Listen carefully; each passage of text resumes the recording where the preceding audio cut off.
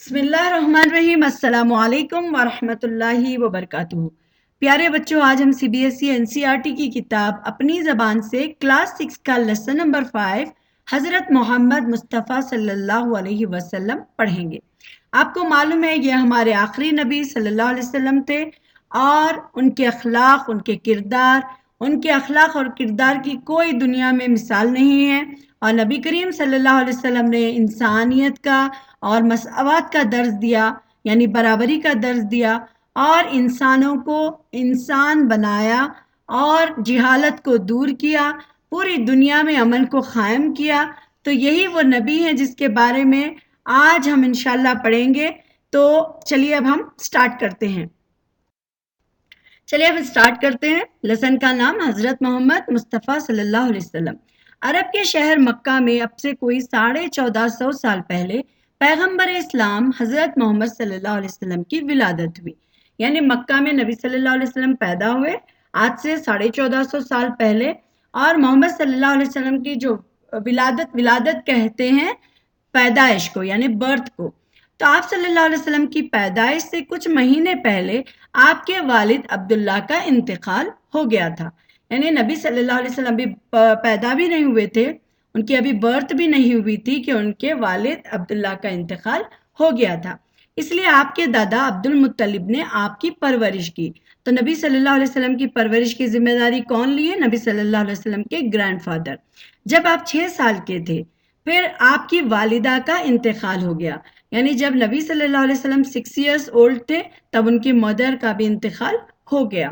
8واں سال تھا، یعنی 8th ایئر جب نبی صلی اللہ علیہ وسلم کا تھا کہ ان کے دادا بھی وفات پا گئے۔ پھر چچا ابو طالب نے آپ کی سرپرستی کی۔ ذرا بڑے ہو کر آپ نے تجارت کی طرف توجہ کی، یعنی جب چاچا کی نگرانی میں وہ چلے گئے، اس کے بعد کیا ہوا؟ وہ بڑے ہو کر تجارت یعنی بزنس کی طرف کنسنٹریٹ کیا، اور بڑی محنت اور دیانت اور سچائی سے کاروباری معاملات کیے۔ یعنی نبی صلی اللہ علیہ وسلم پوری توجہ کے ساتھ، بہت زیادہ ہارڈ ورک کر کے اور بہت آنیسٹی کے ساتھ، بہت ٹروتھفلنس کے ساتھ کاروباری معاملات کرنا شروع کیا، یعنی بزنس شروع کیا۔ آپ اس قدر ایماندار تھے کہ لوگ آپ کو امین یعنی امانت والا، یعنی آنیسٹ پرسن، اور صادق یعنی سچا، ٹروتھفل کہہ کر پکارنے لگے۔ آپ نہ کبھی جھوٹ بولتے، نہ کسی کو دھوکہ دیتے، نہ لین دین کے معاملے میں ٹال مٹول، اور نہ کسی بات پر جھگڑتے۔ جو وعدہ کر لیتے اس کو پورا کرتے، چاہے اس میں تکلیف اٹھانی پڑے یا اپنا نقصان ہی کیوں نہ ہو۔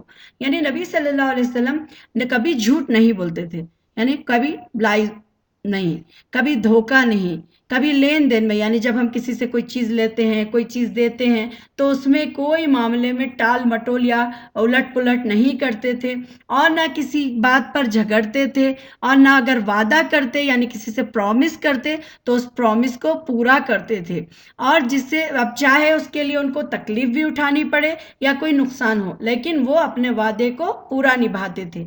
اگر کہیں جھگڑا ہو جاتا تو لوگ فیصلے کے لیے آپ صلی اللہ علیہ وسلم کے پاس آتے تھے، یعنی جب کوئی آپس میں لڑتے کچھ لوگ تو آتے تھے نبی صلی اللہ علیہ وسلم کے پاس ججمنٹ کے لیے کہ نبی صلی اللہ علیہ وسلم ہمارے اس معاملے کا کیا ہے، آپ فیصلہ کیجئے۔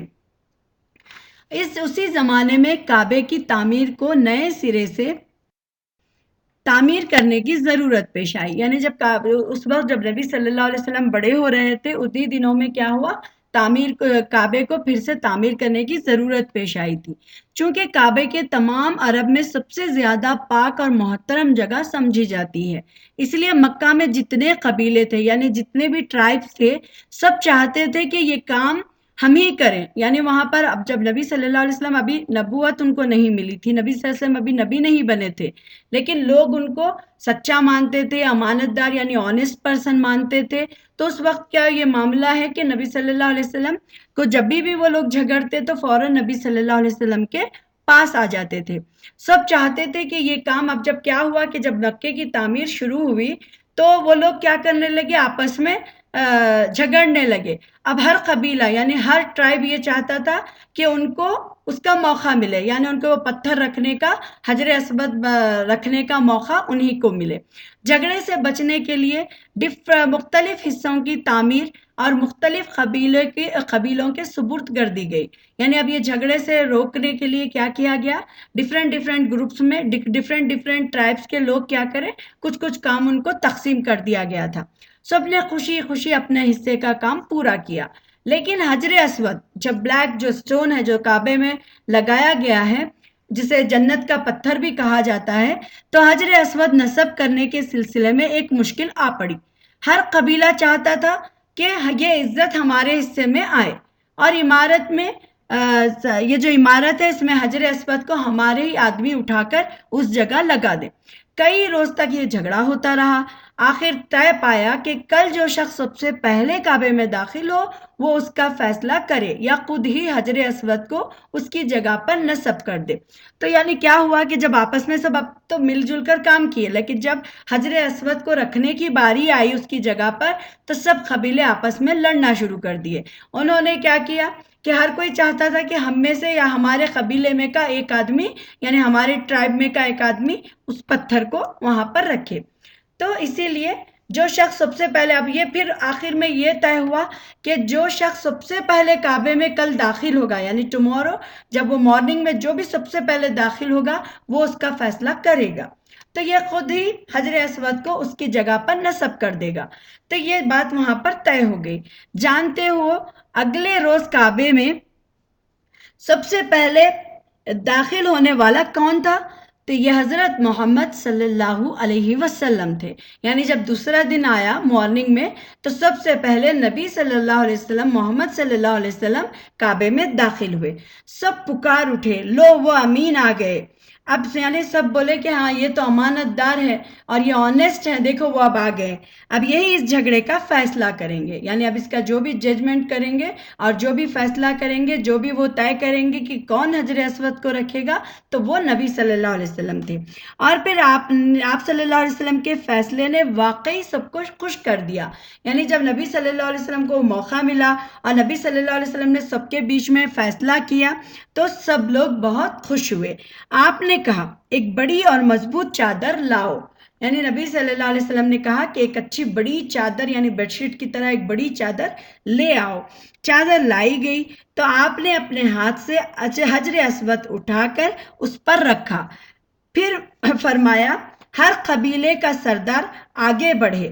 یعنی نبی صلی اللہ علیہ وسلم کتنی حکمت سے کام کیا کہ پہلے چادر منگائی، پھر خود وہ پتھر کو اٹھایا اور چادر میں رکھا، اور ہر قبیلے کے سردار کو، یعنی ہر ٹرائب کے جو ہیڈ تھا اس سے کہنے لگے کہ اس چادر کا ایک ایک سرا، یعنی ایک ایک جو کارنر ہے، کونا ہے، اس کا اپنے ہاتھوں میں پکڑ لیں. اس طرح وہ لوگ حجر اسود کو کعبے کی دیوار کے پاس لے گئے. پھر آپ نے اپنے ہاتھوں سے اٹھا کر صحیح جگہ پر رکھ دیا. یعنی سارے ٹرائبس جو قبیلے کے لوگ تھے سب مل کر پتھر کو اوپر اٹھایا چادر میں، اور نبی صلی اللہ علیہ وسلم نے اپنے ہاتھوں سے اس پتھر کو اٹھایا اور اس کی جگہ پر رکھ دیا. اس طرح ایک بہت بڑا جو جھگڑا تھا وہ ختم ہو گیا. سب خوش ہو گئے. مل جل کر کام کرنے کی برکت ہر ایک کے سمجھ میں آ گئی. کاروبار سے فرصت پا کر آپ صلی اللہ علیہ وسلم اکثر مکہ کے پہاڑیوں میں چلے جاتے اور وہاں غار ہرا میں اکیلے چپ چاپ عبادت کرتے اور غور اور فکر فرماتے تھے. یعنی جب تو اسلام آیا نہیں تھا، نبی صلی اللہ علیہ وسلم نبی تو ابھی بنے نہیں تھے، لیکن نبی صلی اللہ علیہ وسلم ہمیشہ فکر میں، سوچ میں، اللہ تعالیٰ کی نشانیوں میں غور کرنے میں، اور اس وقت جو عبادت نبی صلی اللہ علیہ وسلم کو معلوم تھی اس عبادت میں وہ مصروف ہوتے تھے. تو نبی صلی اللہ علیہ وسلم غور و فکر بھی کرتے. یعنی اب ہم کیسے ہیں، ہم مسلمان ہیں، ہم خاموش ہوتے ہیں، ہے نا، لیکن اللہ کے رسول صلی اللہ علیہ وسلم بہت زیادہ غور و فکر کرنے والے تھے. تو وہ کیا کرتے تھے، غار ہرا چلے جاتے تھے. 40 سال کی عمر میں آپ نے انسانوں کو خدا کا پیغام سنایا. یعنی جب نبی صلی اللہ علیہ وسلم 40 ایئرس کے تھے تب انسانوں کو اللہ تعالیٰ کا پیغام، یعنی جب وہ نبی بنے تو انہوں نے کیا کیا، لوگوں کو، سارے انسانوں کو کیا کیا، اللہ تعالیٰ کا پیغام سنایا، یعنی قرآن سنایا، اور انہیں برائیوں کو چھوڑنے اور اچھی باتوں کو ماننے کی دعوت دی. یعنی نبی صلی اللہ علیہ وسلم اللہ تعالیٰ کا پیغام، یعنی جو میسیج ہمارے پاس ہے قرآن مجید، وہ پڑھ کر سناتے اور انہیں برائیوں کو چھوڑنے کا کہتے اور اچھی باتوں کو ماننے کی دعوت دیتے تھے. یعنی ان کو بلاتے تھے اچھائی کی طرف. جس جس کتاب میں خدا کا یہ مکمل پیغام ہے اسے قرآن کہتے ہیں۔ یعنی جو کتاب ہے پیغام اللہ تعالیٰ کا، وہ کتاب کا نام کیا ہے؟ قرآن ہے، قرآن مجید۔ جس زمانے میں حضرت محمد صلی اللہ علیہ وسلم نے اپنے پیغمبر ہونے کا اعلان کیا، عرب کی حالت بہت خراب تھی۔ یعنی اب تو لوگ نبی صلی اللہ علیہ وسلم کے نبی بننے سے پہلے تو ان کو پورا بہت مانتے تھے، لیکن جب نبی صلی اللہ علیہ وسلم پیغمبر بنے، جب پروفٹ بنے، تو اعلان ہونے کے بعد، جب انہوں نے پروفٹ بننے کے بعد جب اعلان کیا، تو عرب کی حالت اس وقت کیا تھی؟ بہت زیادہ خراب تھی۔ اکثر عربوں میں کیا ہوتا تھا؟ عربوں کی زندگی قتل اور لوٹ مار میں گزرتی تھی۔ پورا عرب قبیلوں میں بٹا ہوا تھا۔ یہ قبیلے بہت معمولی باتوں پر آپس میں لڑتے رہتے تھے۔ لڑائی دادا کے زمانے سے شروع ہوتی تھی تو پوتوں اور پرپوتوں تک چلی جاتی تھی۔ جب تک یہ قبیلہ ختم نہ ہو جاتا تھا لڑائی چلتی رہتی تھی، صلح کا کوئی خانہ نہ تھا۔ یعنی جب نبی صلی اللہ علیہ وسلم پیغمبر بنے، جب انہوں نے اعلان کیا، تو اس وقت لوگوں کی حالت ایسی تھی کہ لوگ آپس میں قتل کرتے، لوگوں کو مار پیٹ کرتے اور لوٹ مار کرتے تھے، یعنی ان کی چیزوں کو چھین لیتے تھے ان سے، اور پورے قبیلے کیا ہے الگ الگ فرقوں میں بٹے ہوئے تھے۔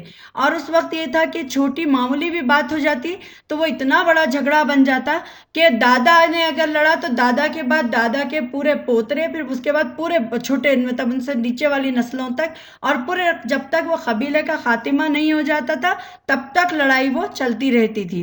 اور وہ صلح کرنے کا، یعنی آپس میں ایک دوسرے کو کمپرومائز کرنے کے بارے میں وہ سوچی نہیں تھی ان کی۔ تو اس وقت نبی صلی اللہ علیہ وسلم پیغمبر بنے۔ حضرت محمد صلی اللہ علیہ وسلم نے سب مسلمانوں کو ایک دوسرے کا بھائی بنایا۔ جب نبی صلی اللہ علیہ وسلم نبی بنے تو انہوں نے سب مسلمانوں کو آپس میں بھائی بنایا۔ ان کے اثرات اور تعلیمات، یعنی جو نبی صلی اللہ علیہ وسلم کے جو تعلیمات تھے، جو ان سے قبیلوں کی دشمنیاں ختم ہو گئی، یعنی جو ٹیچنگ نبی صلی اللہ علیہ وسلم لے کر آئے تھے تو وہ اس کے اتنے اچھے اثرات لوگوں پہ پڑے کہ دشمنیاں جو تھے، جو آپس میں ایک دوسرے کے انیمی بنے ہوئے تھے، تو وہ کیا ہو گئے؟ ختم ہو گئے۔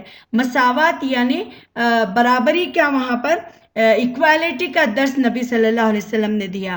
بھائی چارے کا سبق دیا، یعنی تم کیا ہے؟ بردرہڈ، آپس میں مل جل کر تم لوگ آپس میں بھائی ہو۔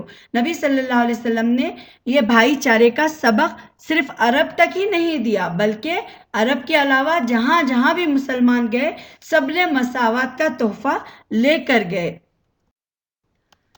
تو جن جگہوں پر سماج میں سخت قسم کی اونچ نیچ تھی وہاں بھی مساوات اور بھائی چارے کا چرچا ہونے لگا۔ یعنی صرف نبی صلی اللہ علیہ وسلم آنے کے بعد صرف اور صرف خالی عرب میں ہی تبدیلی نہیں آئی، بلکہ عرب کے علاوہ جہاں پر بھی نبی صلی اللہ علیہ وسلم کا درس تعلیمات جاتی رہتی وہاں پر بھی سارے لوگوں میں تبدیلی آنا شروع ہوئی اور وہ سوسائٹی بدلنے لگی، اور سخت قسم کی جو اونچ نیچ تھی وہاں پر فائٹنگ، لڑائی جھگڑا، یہ سارے چیزوں کو وہاں پر ختم کیا جا رہا تھا، اور ایکویلٹی اور بردرہڈ کا چرچا ہونے لگا۔ حضرت صلی اللہ علیہ وسلم سے پہلے عرب میں عورتوں کی حالت بہت خراب تھی۔ یعنی جب نبی صلی اللہ علیہ وسلم جب آئے تو عورتوں کی کوئی ریسپیکٹ وہاں پر نہیں تھی۔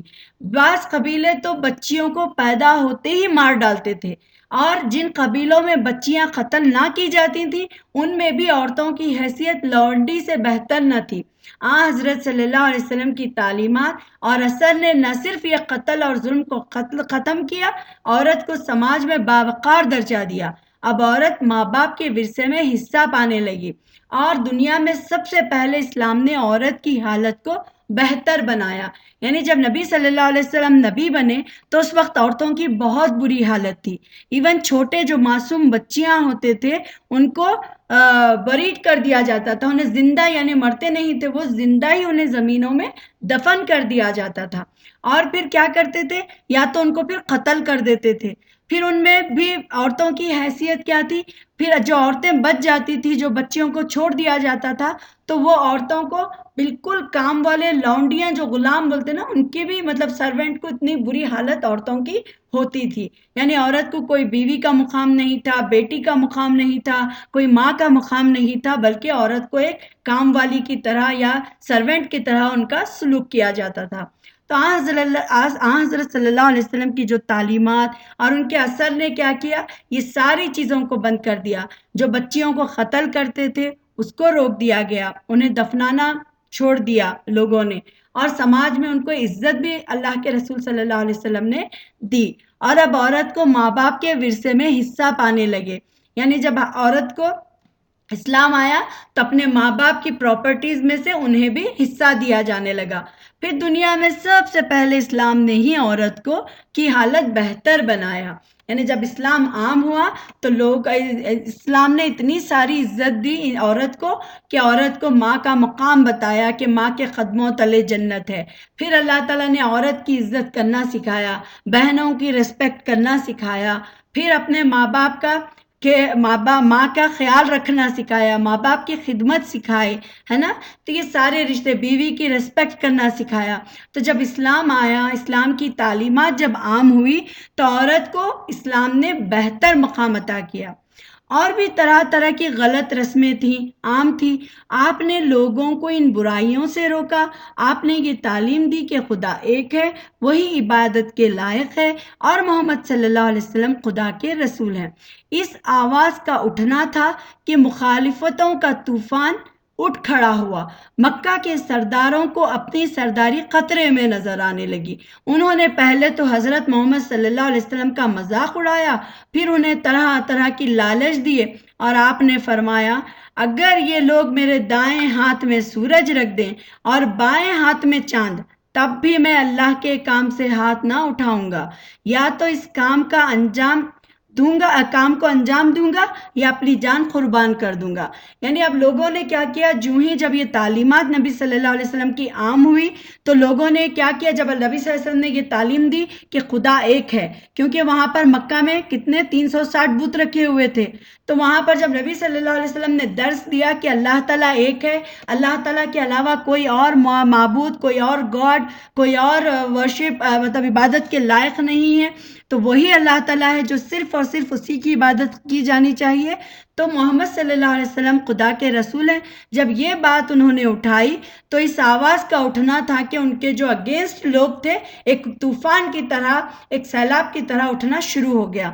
مکہ کے سرداروں کو اپنی سرداری اب لگا کہ اب تو نبی آ گیا، اب یہاں پر ایک اللہ کی دعوت دی جا رہی ہے، اب یہاں سب چیزیں ہو رہی ہیں، تو ہماری جو لیڈرشپ ہے یہ ہم سے چلے جائے گی۔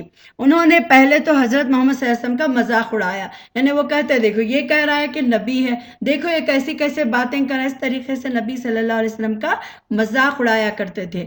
پھر انہیں طرح طرح کی لالچ دیتے تھے، یعنی کہتے تھے، تو جب بولتے تھے کہ اگر تم کو ایک خوبصورت لڑکی سے شادی کرنی ہے تو ہم وہ بھی کرا دیں گے، اگر تم کو کوئی سرداری یعنی لیڈرشپ چاہیے تو ہم تمہیں وہ بھی دے دیں گے، یا تمہیں خوب مال اور دولت چاہیے تو ہم وہ بھی دے دیں گے۔ اس طریقے سے آ کے نبی صلی اللہ علیہ وسلم کے سامنے بہت ساری چیزیں وہ آفر کرتے تھے، لیکن آپ صلی اللہ علیہ وسلم نے کیا کہا کہ اگر یہ لوگ میرے سامنے ایک ہاتھ میں سورج اور ایک ہاتھ میں چاند بھی لا کر رکھ دیں گے تو تب بھی میں اپنے یہ کام سے ہاتھ نہیں اٹھاؤں گا، یعنی میں اسلام کو پھیلانے سے باز نہیں آؤں گا، اور میں اس کام کو انجام دوں گا یا پھر اپنی جان کو اللہ تعالیٰ کی راہ میں قربان کر دوں گا، سیکریفائز کر دوں گا۔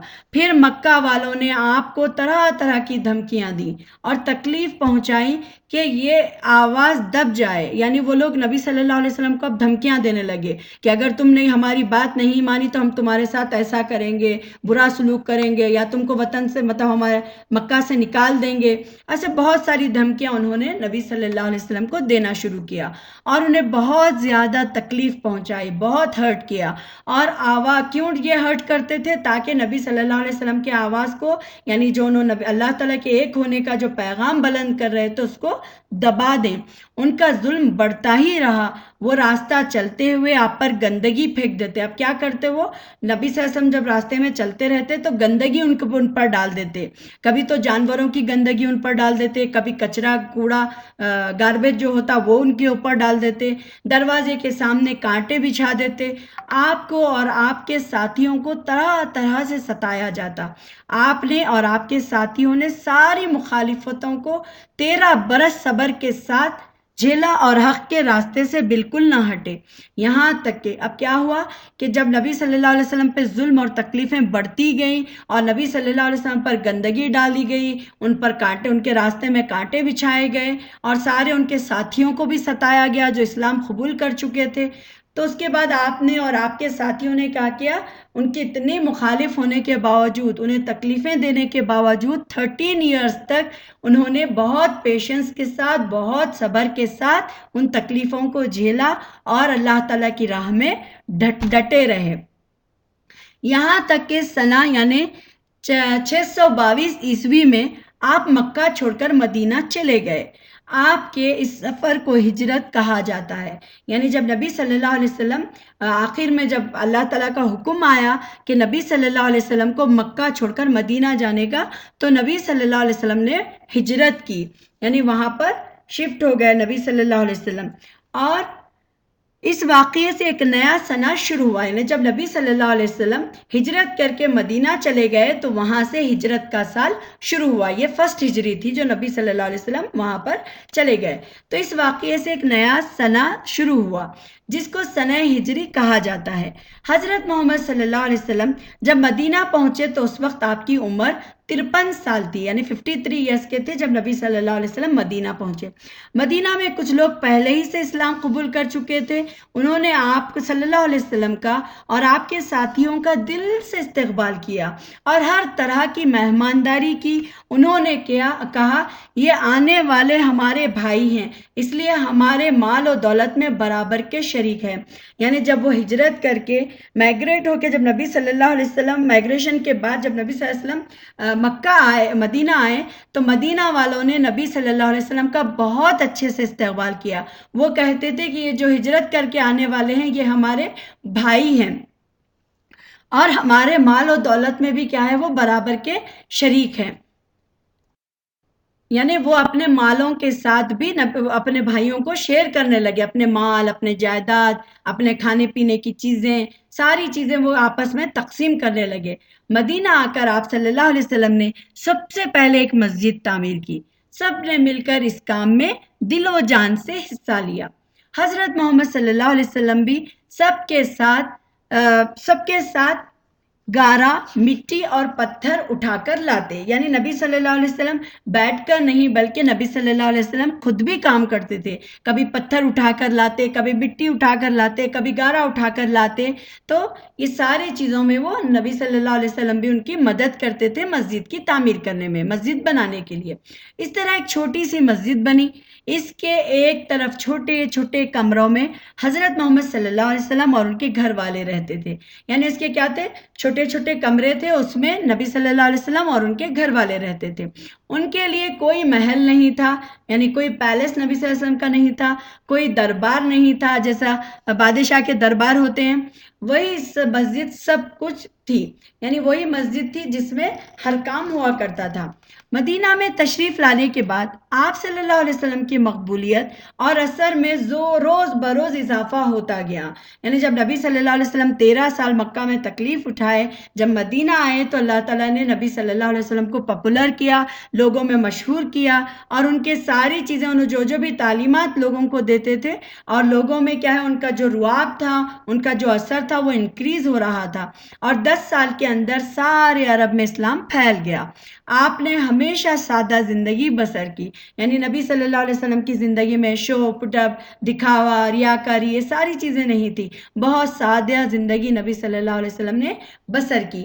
بازار سے سودا صرف خود لاتے، یعنی جو گھر کا کام کرتے تو نبی صلی اللہ علیہ وسلم کیا کرتے، گھر کے سامان جو رہتا ہے، سودا جو ہوتا ہے وہ خود لاتے تھے، بکری کا دودھ خود دھوتے اپنے کپڑوں کو خود ہی پیوند لگاتے، یعنی اگر کپڑے کہیں سے پھٹ جاتے تو آپ خود ہی کپڑوں کو سی لیتے تھے، اور بوجھ اٹھاتے یعنی دوسروں کی مدد کرتے، جانوروں کو چارہ ڈالتے، یعنی جو گھاس گراس تھی جانوروں کو کھلاتے، اور یہاں تک کہ دوسروں کا کام بھی کر دیا کرتے تھے۔ کوئی بیمار ہوتا تو مزاج پرسی کے لیے ضرور تشریف لے جاتے اور اس کی تیمارداری کرتے تھے، یعنی اگر کوئی بیمار ہوتا تو جا کے نبی صلی اللہ علیہ وسلم کیا کرتے تھے، وہ بیمار کی تیمارداری کرتے، یعنی اس کے بارے میں معلوم کرتے، اس کی دیکھ بھال کرتے، اس کے لیے کیئر کرتے، اس کی فکر میں رہتے تھے۔ تو کوئی بیمار ہوتا تو مزاج پرسی کے لیے ضرور تشریف لے جاتے اور اس کی تیمارداری کرتے۔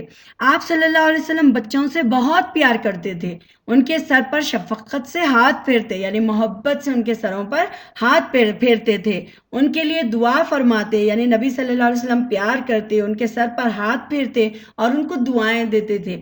ایک بار آپ صلی اللہ علیہ وسلم نے فرمایا، بچے تو خدا کے باغ کے پھول ہیں، یعنی بچے جو ہیں وہ اللہ تعالیٰ کے جو باغ ہے، یعنی جو جنت کا باغ ہے اس کے پھول ہیں۔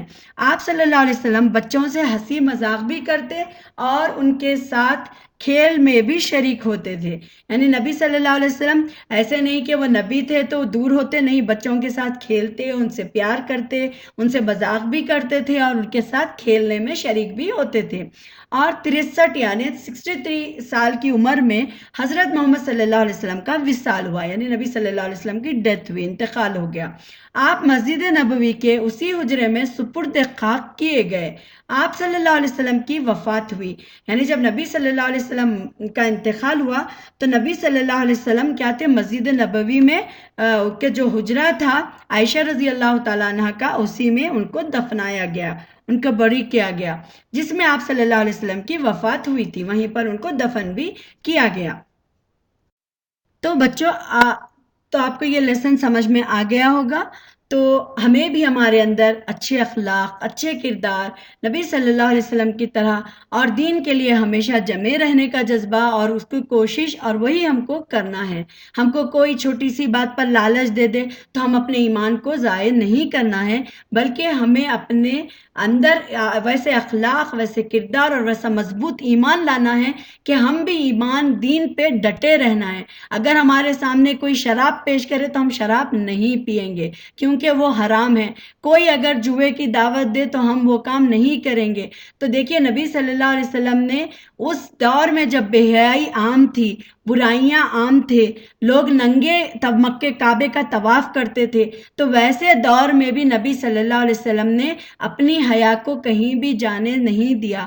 تو ہم کو بھی کیا چاہیے، ہم کو بھی اپنے اخلاق کو اچھے بنانا ہے، چاہے لوگ کتنے بھی برے آئیں، ہم اپنے آپ کو اچھا رکھنا ہے، ہمیں اچھا بنانا ہے اور وہ بچوں کو بھی سکھانا ہے۔ ایسا نہیں کہ کوئی سگریٹ پینے والا ہے تو ہم اس کے ساتھ سگریٹ پینے لگ گئے، کوئی برائی کرنے والا ہے تو اس کے ساتھ برائی کرنے لگ گئے، کوئی جھوٹ بولنے والا ہے تو اس کے ساتھ جھوٹ بولنے لگ گئے، کسی کا مال لے کے کھانے پینے میں لوٹ مار کرنے لگ گئے، نہیں، بلکہ ہم کو بھی ہمارے اچھے اخلاق بنانا ہے۔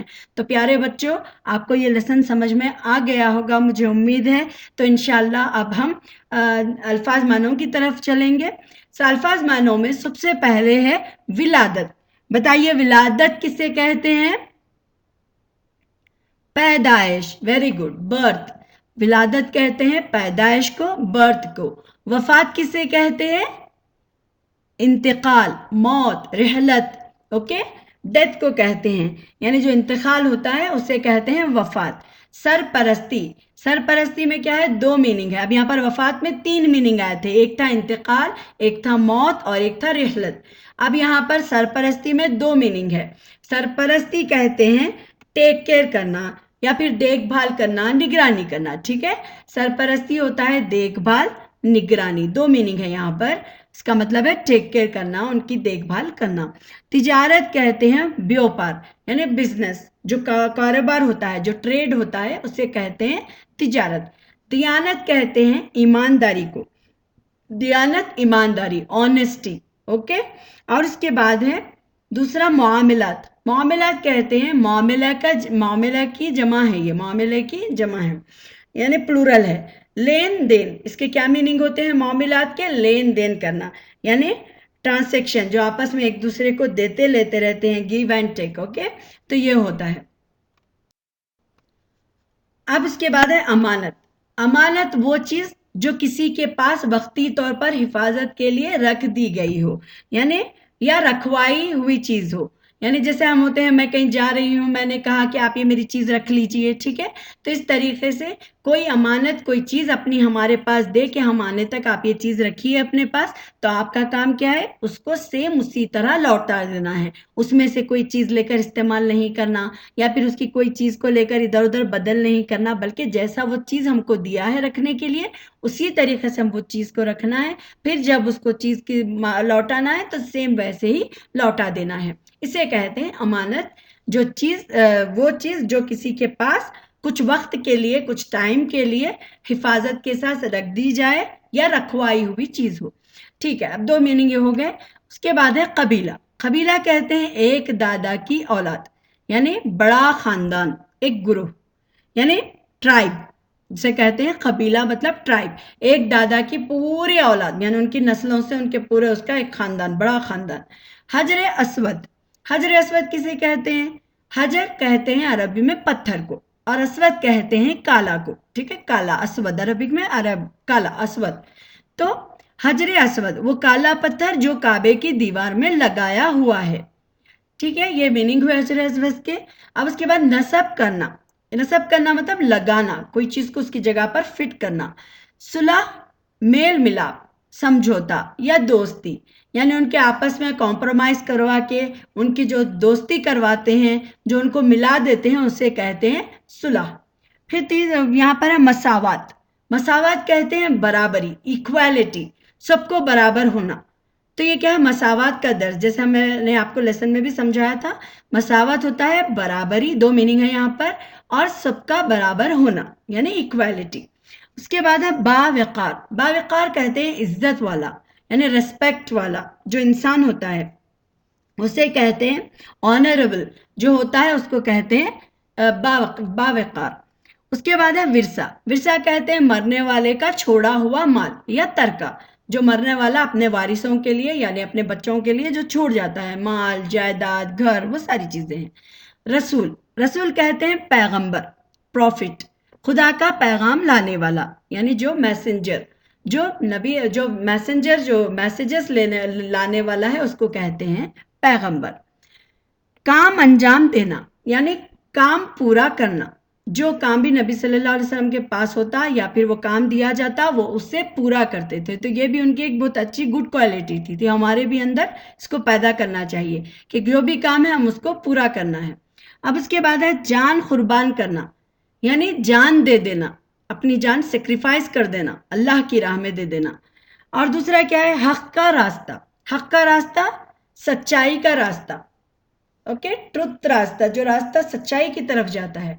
ہجرت، وطن چھوڑ دینا، یعنی ہجرت کہتے ہیں ایک جگہ سے دوسری جگہ مائگریٹ ہو جانا، اور اس کو کیا کہتے ہیں؟ وطن، مطلب ایک وطن سے دوسرے وطن کو چلے جانا، اپنے وطن کو چھوڑ دینا۔ حضرت محمد صلی اللہ علیہ وسلم کا مکہ سے مدینہ جانا، اس کو بھی ہجرت کہتے ہیں۔ اب مقبولیت، مقبولیت میں کیا ہے؟ مشہور ہونا، پاپولر ہونا، شہرت ملنا، ٹھیک ہے، تو مقبولیت کے دو میننگ ہے، مشہور ہونا، شہرت ہونا، تو اس کی انگلش میں کیا ہے؟ پاپولر ہو جانا، مشہور ہو جانا۔ اضافہ، بڑھانا، بڑھانا کہتے ہیں انکریز کرنا، انکریز ہونا۔ اور مزاج پرسی، مزاج پرسی کسے کہتے ہیں؟ ان کے بارے میں حال پوچھنا، خیریت معلوم کرنا، یعنی جس کی مزاج پرسی اکثر اس کے لیے استعمال ہوتا ہے جب بیمار ہوتے ہیں، تو جب ہم ان کو جا کر ملتے ہیں، ان کے بارے میں معلوم کرتے ہیں، ان کی طبیعت کا حال چال پوچھنے کے لیے جب ہم جاتے ہیں تو یہ کیا ہے؟ حال پوچھنا اور ان کی خیریت معلوم کرنا، تو یہ کیا ہے؟ مزاج پرسی ہے۔ تیمارداری، بیمار کی دیکھ بھال۔ اب تیمارداری کسے کہتے ہیں؟ جو بیمار کی دیکھ بھال کرتا ہے۔ حجرہ کہتے ہیں کوٹری کو، ٹھیک ہے، جو نبی صلی اللہ علیہ وسلم کا حجرہ تھا، یعنی جو روم رہتا ہے، ایک چھوٹا سا روم ہوتا ہے جو مسجد سے ملا ہوا چھوٹا کمرہ ہوتا ہے، اسے کہتے ہیں حجرہ۔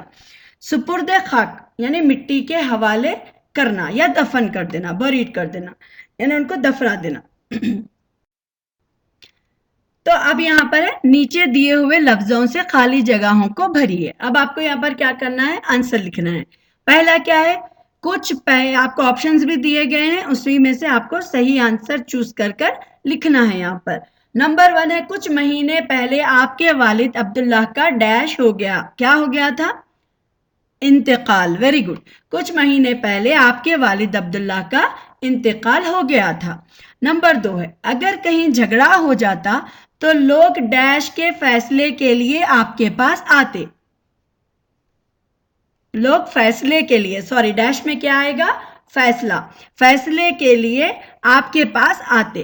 نمبر 3، لیکن ڈیش کو نصب کرنے کے سلسلے میں آپ ایک مشکل آ پڑی، یعنی لیکن ڈیش کو نصب کرنے کے لیے، کس کو نصب کرنے کے لیے، کس کو اس کی جگہ پر فٹ کرنے کے لیے، بٹھانے کے لیے؟ حجر اسود کو۔ لیکن حجر اسود کو نصب کرنے کے سلسلے میں ایک مشکل آن پڑی۔ ٹھیک ہے۔ نمبر 4، آخر طے پایا کہ کل جو شخص سب سے پہلے کعبے میں ڈیش ہو وہ اس کا فیصلہ کرے۔ تب ڈیش میں کیا آئے گا؟ داخل۔ آخر طے پایا کہ کل جو شخص سب سے پہلے کعبے میں داخل ہو وہ اس کا فیصلہ کرے گا۔ نمبر 5 ہے، اور وہاں ڈیش میں اکیلے چپ چاپ عبادت کرتے اور غور و فکر فرماتے۔ اب یہاں پر کیا ہے؟ ڈیش میں کیا آئے گا؟ اور وہاں غار ہیرا میں، یس ویری گڈ، اور وہاں ڈیش میں آئے گا غار ہیرا میں اکیلے چپ چاپ عبادت کرتے اور غور و فکر فرماتے تھے۔ نمبر 6، جس زمانے میں حضرت محمد صلی اللہ علیہ وسلم نے اپنے ڈیش ہونے کا اعلان کیا، عرب کی حالت بہت خراب تھی۔ کس زمانے میں حضرت محمد صلی اللہ علیہ وسلم نے اپنے پیغمبر ہونے کا، یعنی جب پیغمبر ہونے کا اعلان کیا تو عرب کی حالت کیا تھی؟ بہت خراب تھی۔ تو ڈیش میں پیغمبر آئے گا۔ نمبر 7، ان کے اثر اور ڈیش سے قبیلوں کی دشمنیاں ختم ہو گئیں۔ تو کس کے اثر اور تعلیمات؟ ویری گڈ، ان کے اثر اور تعلیمات سے قبیلوں کی دشمنیاں ختم ہو گئیں۔ نمبر 8، ایک بار آپ نے فرمایا ڈیش تو خدا کے باغ کے پھول ہیں۔ کون؟ بچے، ویری گڈ۔ تو یہاں پر ڈیش میں آئے گا بچے۔ ایک بار آپ نے فرمایا بچے تو خدا کے باغ کے پھول ہیں، یعنی وہ اپنے مالوں کے ساتھ بھی اپنے بھائیوں کو شیئر کرنے لگے، اپنے مال، اپنے جائیداد، اپنے کھانے پینے کی چیزیں، ساری چیزیں وہ آپس میں تقسیم کرنے لگے۔ مدینہ آ کر آپ صلی اللہ علیہ وسلم نے سب سے پہلے ایک مسجد تعمیر کی، سب نے مل کر اس کام میں دل و جان سے حصہ لیا۔ حضرت محمد صلی اللہ علیہ وسلم بھی سب کے ساتھ گارا، مٹی اور پتھر اٹھا کر لاتے، یعنی نبی صلی اللہ علیہ وسلم بیٹھ کر نہیں بلکہ نبی صلی اللہ علیہ وسلم خود بھی کام کرتے تھے، کبھی پتھر اٹھا کر لاتے، کبھی مٹی اٹھا کر لاتے، کبھی گارا اٹھا کر لاتے۔ تو یہ ساری چیزوں میں وہ نبی صلی اللہ علیہ وسلم بھی ان کی مدد کرتے تھے مسجد کی تعمیر کرنے میں، مسجد بنانے کے لیے۔ اس طرح ایک چھوٹی سی مسجد بنی، اس کے ایک طرف چھوٹے چھوٹے کمروں میں حضرت محمد صلی اللہ علیہ وسلم اور ان کے گھر والے رہتے تھے، یعنی اس کے کیا تھے؟ چھوٹے چھوٹے کمرے تھے، اس میں نبی صلی اللہ علیہ وسلم اور ان کے گھر والے رہتے تھے، ان کے لیے کوئی محل۔ سوال نمبر 3، وہ حجر اسود کسے کہتے ہیں؟ تو جواب کیا ہے؟ وہ کالا پتھر جو کعبے کی دیوار میں لگا ہوا ہے، اسے کیا کہتے ہیں؟ حجر اسود کہتے ہیں۔ چلیے سوال نمبر 4، حضرت محمد صلی اللہ علیہ وسلم نے مل جل کر کام کرنے کا طریقہ کس طرح سمجھایا؟ جواب، حضرت محمد صلی اللہ علیہ وسلم نے ایک بڑی اور مضبوط چادر منگوائی، پھر خود آپ نے اپنے ہاتھوں سے حجر اسود کو اٹھا کر اس پر رکھا، پھر فرمایا ہر قبیلے کا سردار آگے بڑھے اور اس چادر کا ایک ایک سرا اپنے ہاتھوں میں تھام لیا۔ اس طرح وہ لوگ حجر اسود کعبے کی دیوار کے پاس لے گئے، پھر آپ نے اپنے ہاتھوں سے اٹھا کر اسے صحیح جگہ پر رکھ دیا۔ اس طرح مل جل کر کام کرنے کی برکت ہر ایک کے سمجھ میں آ گئی۔ سوال نمبر 5 ہے، آپ صلی اللہ علیہ وسلم عبادت کرنے اور غور و فکر فرمانے کے لیے کہاں جاتے تھے؟ تو آپ صلی اللہ علیہ وسلم عبادت اور غور و فکر کرنے کے لیے غار ہیرا چلے جاتے تھے۔ چلیے سوال نمبر 6، جس کتاب میں خدا کا مکمل پیغام ہے اس کا کیا نام ہے؟ جواب، جس کتاب میں خدا کا مکمل پیغام ہے اس کا نام قرآن مجید ہے۔ آپ ضرور کمنٹ باکس میں آنسر لکھتے جائیے، ٹھیک ہے۔ سوال نمبر 7، حضرت محمد صلی اللہ علیہ وسلم نے جب پہلی بار انسانوں کو خدا کا پیغام سنایا تو آپ کی عمر کیا تھی؟ حضرت محمد صلی اللہ علیہ وسلم کی عمر 40 برس تھی. اس وقت ان کی عمر 40 برس تھی, 40 ایئرس. چلیے سوال نمبر 8. آپ صلی اللہ علیہ وسلم نے بھی خدا کے پیغام کے ذریعے انسانوں کو کیا تعلیم دی؟ یعنی آپ صلی اللہ علیہ وسلم نے اللہ تعالیٰ کے پیغام یعنی قرآن کے ذریعے لوگوں کو کیا تعلیم دی؟ آپ صلی اللہ علیہ وسلم نے اللہ کے ایک ہونے اور اسی کی عبادت کے لائق قرار دیا اور عورتوں کو عزت دلوائی. اللہ کے ساتھ ساتھ بندوں کے حقوق کی بھی تعلیم دی. سوال نمبر 9. اللہ کا پیغام لوگوں تک پہنچانے میں آپ صلی اللہ علیہ وسلم کو کیا کیا مصیبتیں برداشت کرنی پڑی؟ جواب: آپ کے راستے میں آپ پر گندگی پھینکتے، دروازے کے سامنے کانٹے بچھا دیتے، انہیں پتھروں سے مار کر لہو لہان کرتے تھے. چلیے سوال نمبر 10. دنیا میں سب سے پہلے کس مذہب نے عورتوں کو سماج میں باعزت مقام عطا کیا؟ تو جواب کیا ہے بچوں؟ Very good. دنیا میں سب سے پہلے اسلام نے عورتوں کو سماج میں باعزت مقام عطا کیا. اسلام نے عورتوں کو کیا کیا؟ سماج میں یعنی سوسائٹی میں عزت والا مقام عطا کیا. تو بچوں آپ کے یہ سوال اور جواب سمجھ میں آ گئے ہوں گے. تو ہم انشاءاللہ پھر نیکسٹ لیسن میں نیکسٹ اس کے ساتھ ملیں گے. تو اب یہاں پر ہے نیچے دیے ہوئے لفظوں کو اپنے جملوں میں استعمال کیجئے. تو آپ یہ جملوں میں استعمال کرنے کے لیے کیا استعمال کریں گے آپ؟ پہلے ہے تجارت. تجارت کے بارے میں آپ کو جملہ بنانا ہے. نبی صلی اللہ علیہ وسلم تجارت کیا کرتے تھے. یا پھر مکہ میں سارے قبیلے تجارت کرتے تھے. پھر قبیلہ کے بارے میں کیا بولیں گے آپ؟ سارے قبیلے آپس میں لڑائی جھگڑا کرتے تھے. صلح، نبی صلی اللہ علیہ وسلم نے قبیلوں کے بیچ میں صلح کروائی. اب مساوات کے بارے میں آپ کیا جملہ بنائیں گے؟ ہمیں آپس میں مساوات کے ساتھ رہنا چاہیے. ہجرت، نبی صلی اللہ علیہ وسلم مکہ سے مدینہ ہجرت کر گئے. اضافہ مینس انکریز کرنا. تو نبی صلی اللہ علیہ وسلم کو اللہ تعالیٰ نے دین میں آگے بڑھا دیا یا اضافہ کر دیا. تیمارداری، نبی صلی اللہ علیہ وسلم بیمار کی تیمارداری کرتے تھے. مزاج پرسی کہتے ہیں یعنی جو بیمار تھا اس کے پاس جا کر اس کی حالت معلوم کرنا. تو میں نے اپنے دوست کی مزاج پرسی کی، یہ بھی جملہ آپ بنا سکتے ہیں. تو اب باقی کا آپ انشاءاللہ ہم نیکسٹ لیسن کے ساتھ ملیں گے. تو آپ سب سے اگر آپ کو میرا لیسن پسند آیا ہے تو آپ مجھے ضرور لائک کریں اور سبسکرائب کریں اور دوسروں کے ساتھ شیئر کریں تاکہ دوسرے اسٹوڈنٹس بھی اس سے فائدہ اٹھا سکیں. چلیے پھر انشاءاللہ ہم نیکسٹ کلاس میں ملیں گے. السلام علیکم ورحمۃ اللہ وبرکاتہ.